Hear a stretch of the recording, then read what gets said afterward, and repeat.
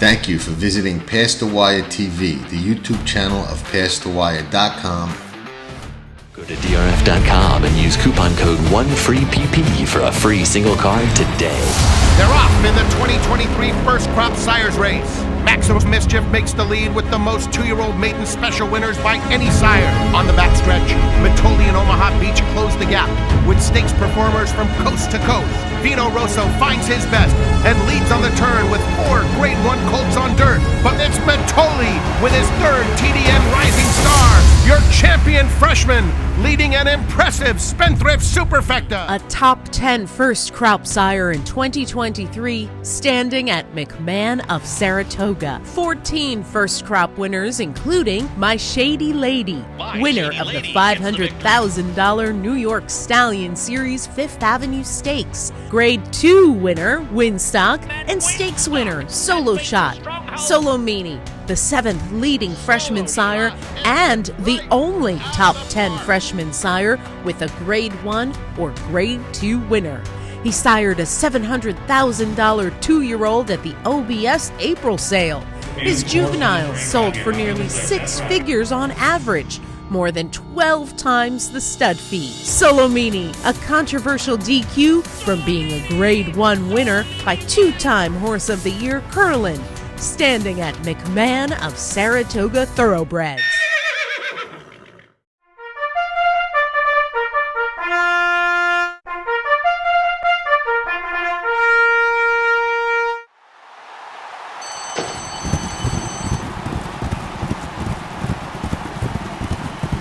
Sure Bet Coffee. Put the giddy up in your cup.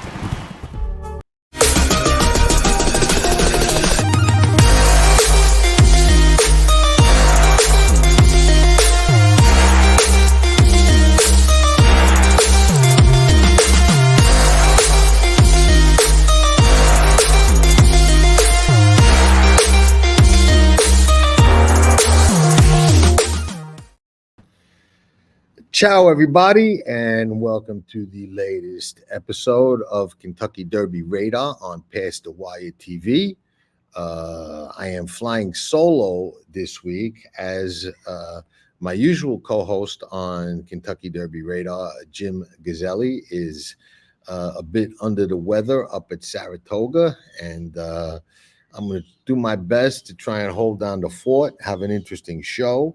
I'll try and keep it short, sweet, and to the point. We know I have a tendency to get a little carried away when we talk horses. A couple of things before we wrap up the Gotham, Fountain of Youth, and San Felipe from last week real quick, and then we're gonna preview the Tampa Bay Derby to be run Saturday at that Tampa Bay Downs. A couple of things. One, on the one-on-one interview section of our channel, there is an interview from about a month or maybe 6 weeks ago with Antonio Gallardo, real short, real sweet, where he talks about the nuances and the quirkiness of the Tampa Bay Downs dirt and Tampa Bay Downs turf courses. So if you're playing Tampa Bay on Saturday for their biggest day of the year, you may want to check out what Antonio says. He's got as good a handle on that track as most riders. He rides there in and out. He's a perennial leading rider over there. So you may want to check that out. It's worthwhile. Extremely great interview. And I don't mean great because I did it. I mean great because Matthew DeSantis was absolutely outstanding, brings an awful lot to the table. And I think that you will enjoy our conversation, and you will absolutely enjoy what Jim was able to do with A Day in the Life on his Day In, Day Out series, episode 1 with jockey Dylan Davis, who is a rising star, if not superstar, in the sport of kings. So check all of that stuff out. And Jeff Metz did an excellent interview with Jose Santos, Joe Santos, Jose the rider's son, the jockey agent who represents quite a few jockeys, kind of changed the way that jockey agents operate. And it's an extremely interesting and informative interview. So we got a lot of great stuff out there. Check it out. If you're not already subscribed to Past the Wire TV, why? Subscribe, hit notifications, hit the like buttons, helps us out, show support, show some love. We'll give it back tenfold, guaranteed. Don't even worry about it. And the content will keep coming, and we appreciate each and every one of you. So, with that said, we are going to wrap up the stakes that we saw last weekend, which was the Gotham. Sloppy track, horse coming off a big layoff since Saratoga, but I got to say, impressive, deterministic. I'm jumping on the bandwagon. I have to say that this horse is a contender. To come off that layoff on that track, able to, go inside of horses down the lane, and just gut out what I thought was a pretty hard fought victory, even though he kind of won, comfortably. He really had to dig in and show some grit. And for him to come back at a mile off that layoff in a stake, off one maiden win at Saratoga, we know a couple of things. One, that Christophe Clement and Miguel Clement, who both have extremely good opinions of their horses, think a lot of this colt. So that should automatically, catch your attention, because there's only certain guys that I pay attention to their opinion. And Christophe Clement, he knows a good horse when he's around one, and he spots them well. This horse has the kind of look more of a tonalist than a Derby horse. I think they'd really have to rush him to make the Derby, but he may just lead them there. We don't know that yet. So let's stay tuned. But I can definitely see him as a horse that winds up like in, the Peter Pan and then the Belmomte, a la tonalist, a la coastal, a lot of horses over the years. So I can definitely see that happening with this colt, but he's a nice colt. And that was an impressive win, in my opinion, for sure. I like him. I think he's got a future, and I don't think that's any secret. Now, moving to the Fountain of Youth, where I was. Okay, scratched.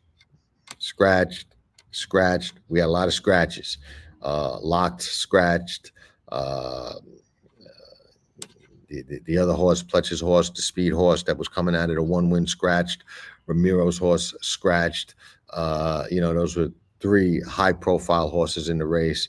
They all came out. So Dornoch kind of had that field over a barrel. And I know Danny Gargan said that he wasn't 100% cranked up. I've said from day one that after the Remsen, he would never, beat Sierra Leone again. I saw that race a little different than a lot of other people saw it, and I stand by my original assessment. Nothing has changed. I was not impressed with Dornoch in the Fountain of Youth. I was never really on his bandwagon. I thought he was a contender. I thought he was a serious horse. But now I'm off the bandwagon, because I say, contrary to popular opinion, I don't think that he necessarily went forward from 2 to 3. And I think that when horses do that, you can see it, even if they don't win. Now, he did win the Fountain of Youth, but I don't think he beat a hell of a lot. And, I'm no trainer. I know that. But I always say I trust my eyes more than anybody else's, okay? I didn't like his action down the lane. I just didn't like the way he looked. I didn't like the way he was running. He just did not have the look of a Derby horse to me, coming down the lane. I just didn't like his action. Got nothing to do with the, which lead he was on and whatnot. I know there's been issues with him changing leads in the past. That wasn't what caught my eye. I just didn't like his action. Those of you that have been watching a while know, and I'm not going to bring them up, but there were two horses that were supposed to run in the Breeders' Cup last year. I said I didn't like either one of them as far as how they were looking in the morning. I was out there. Didn't like them. Neither one ran. So that said, Dornoch, I just was not impressed with his action down the lane, with as hard as he had to work to beat those horses. And he just didn't look like a Derby horse to me. Can I be wrong? Absolutely. Been wrong before, will be wrong again. The one thing about this game that you have to accept is we will all, no matter how good, bad, or whatever you are, you're going to be wrong more than you're right. So, horses will ultimately humble everybody. But I didn't see what number he got for the race. I didn't look at the thoroughgraphs for that race yet as to what it came back. I don't care what buyer he got. To me, buyers are for blind people. I saw what I saw and didn't like it. So that's that. He would really have to go forward and turn things around for me to, be looking at him come the first Saturday in May. We'll head out west. We'll talk briefly about Imagination because we know he's not going to be in the Kentucky Derby, barring some kind of last-second miracle, which is highly unlikely. But I thought he was going to win that race easily, and he had to really work for it.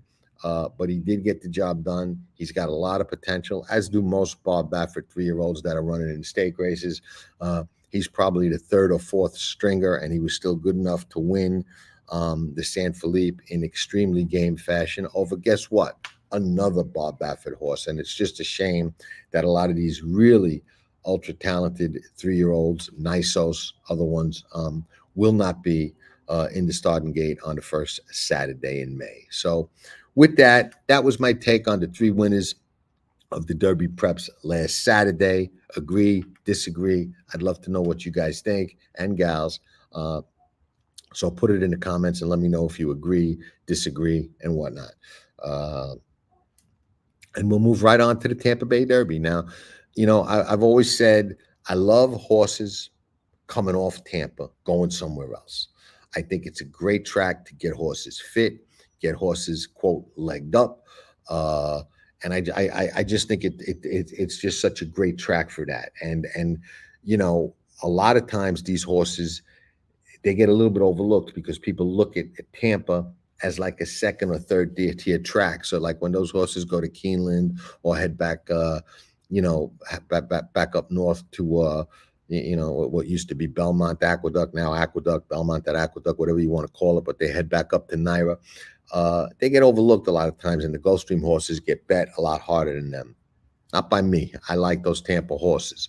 But, this week we're going to look at them at Tampa, not coming off Tampa. But that's something just to keep in the back of your mind going forward. Horses come off Tampa, get on faster, different types of surfaces, and run extremely, extremely well. We'll run down the field real quick. Heartened, Todd Pletcher, improving colt, 2 nice races on the grass, decent race first time out on the dirt. Really looks like he put it all together last time. Jose Sticks makes the trip. He's locked into Locked, who scratched last week and didn't show up here. None of those horses that scratched showed up here, and I thought there was a good chance we might see 1 or 2 of them. We didn't, so that's a little interesting, but don't really know what's going on. It looks like he put it together last time, kind of like the light bulb went off, but this is a tough spot. I don't think he's going to get the same kind of trip. I think he's going to be coming from off the pace here. Can he win? Yes. Can he do it with my money? No, I'm going to go against him. Kevin Rice decides to pull the trigger a second time off a very bad race in the Mucho Macho Man, and then a disaster in the Sam Davis where he lost to jockey. So this horse is coming off 2 bad races, and Kevin Rice is not backing off at all. He's going right back to the Lions then. So he must think he's got a nice horse here. He's got Antonio Gallardo up. I told you earlier we've got that little video with Antonio Gallardo you might enjoy and get a little bit of information on this racetrack. But not a believer, prove it is what I say. So I will call him a pretender. Give Me Liberty. Give Me Liberty is another one that looks way over his head to me. A pretender and a half, which we don't have a banner for that, but I would say he's a pretender and a half. Moving right along. Contender, good money. 15 to 1 on the morning line. I think that's a little lofty. I would love to see it because I think he is absolutely a threat to go wire to wire. I think he can clear this field. And I think if he does clear this field, he can be extremely dangerous to catch, especially if we wind up with a track that is playing friendly to speed or speed favoring, and that's possible. So I like good money. He's probably my top choice in the race. I love when Chad Brown gets super aggressive with his horses and goes from a maiden into a stake or even a grade one. He's about as good as anybody at doing that. Him and Bob Baffert, when they do that, they know what they got. They know if the gun has bullets or blanks in it, and I've got to say, this horse really catches my eye more so than the next contender on the list, which is Domestic Product. That definitely looks like a horse that went forward from 2 to 3. Definitely looks like a horse that can win, but I kind of like the other horse better. So I'm going to stay with my gut there, and I just lean to the other horse. I think he's at least got a pace advantage. Katia Vizcaya, last summer at Saratoga, this horse was okay, but he's come back with 2 subpar, dull type of races. So I'm going to have to say, based on that, prove that you're the horse you were in Saratoga. Looks like a pretender. Now, No More Time, who I did like in the Sam Davis, did win the Sam Davis. I'm going to say pretender, even though he won that race. I think he gets a different pace scenario here. Paco, who's probably not on him because he's committed to Hayes for the Florida Derby, so they're probably looking for a more than one and done commitment, I would guess. Don't know that for a fact, but I would guess that. One and done. Who wants that when you think you got a nice horse? And they do have a nice horse, but he's got to show me he can run 2 back to back like that. I want to see it. So until he shows me he can run 2 back to back like that, I'm going to call him a pretender and say he can't with the different pace scenario he's going to face on Saturday. Crazy Mason is an interesting horse. He puts blinkers on off a bad race in the Sam Davis. If you could make an excuse for that race, or you can toss that race, then I would say you can make a case for him. He's got a lot of bottom that helps at Tampa, but not for me. Grand Mo the First, extremely interesting. I'm going to call this horse a contender. And a sneaky one at that. He's got 1 race on the dirt. He's got 2 synthetic races, then a race on the grass. Then he comes back 3-year-old in the swale at Gulfstream. We know a track it's hard to come from way back on. Runs what I think is a very good setup race for this. I like Sammy Camacho at Tampa. He rides very good there. This horse stretches out, second time on the dirt off a race that looks like it sets him up really good. I'll call him a dangerous and sneaky contender. Outside, we've got another horse that I'm going to call a contender despite being a maiden against winners. I'll probably like him a lot more when he runs back against straight maidens coming off the Tampa track. But that said, Sturdy is an improving horse. He's getting better. He's got excellent connections. George Weaver's no fool. He's taken a shot. The outside post didn't really help him. But I will say this. He, I just got a hard time tossing him. He would need a lot of breaks and a lot of luck to win, but Junior's hot. He's riding good. He's a strong finisher. This horse could be finishing well when we don't really expect it. So that's my rundown of the Tampa Bay Derby. Absolutely lean to the 1-for-1 speed horse. I think that 15-1 morning line is a little, I don't know, nuts. But what do I know? Maybe I'm nuts. But if this horse goes off 15-1, I'll be more than a little surprised. But you never know. Been wrong before. Like I said, horses humble everybody. So we know that going in. That's it. Short and sweet. Kentucky Derby radar. Got more preps coming up. Like I said, a lot of great stuff on the channel that you should check out. It's really, really, cool stuff, and you'll like it. Hit the like button. Show us some love. Let us know what you think. Let me know what you think in the comments if you agree, disagree, where you land, and whatnot. So, everybody, thank you for tuning in. Ciao for now. We've got the sire power. Central Banker, New York's leading sire 3 years in a row, standing at McMahon of Saratoga. He has 12 black-type winners, including multiple stakes winners and graded stakes placed Bank It, Morning Matcha, and Bank Stink. Central Banker, sire of 6-figure yearlings and 2-year-olds. He produced 9 stakes runners in 2023. Runners have earned $20.5 million on the track. Central Banker, standing at McMahon of Saratoga Thoroughbreds.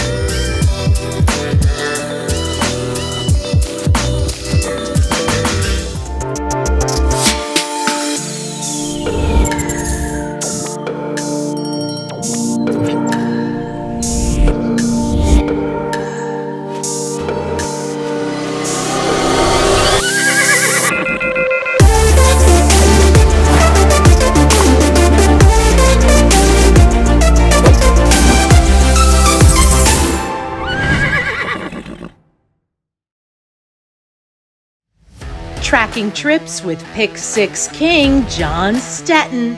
It's one of the best tools in horse racing for any level of player. It's your second set of eyes, spotting troubled trips, betting angles, track trends, horses to watch and favorites to fade, 10 figs, ticket structure, and more. At Tracking Trips, you're a friend with benefits. Not a member? You must hate winning money. Join Tracking Trips now. Visit PastTheWire.com and we'll see you in the winner's circle. Remember, nobody does it better.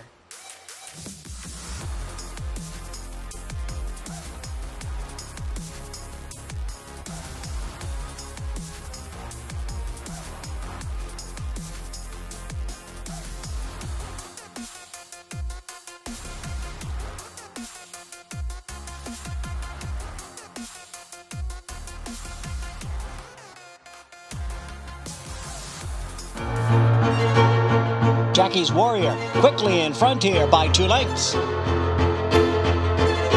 Here comes Jackie's Warrior up the inside to take over the lead from Life is Good.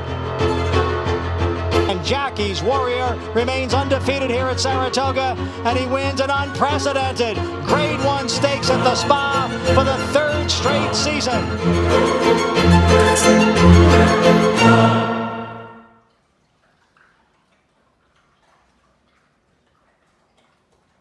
Does it better.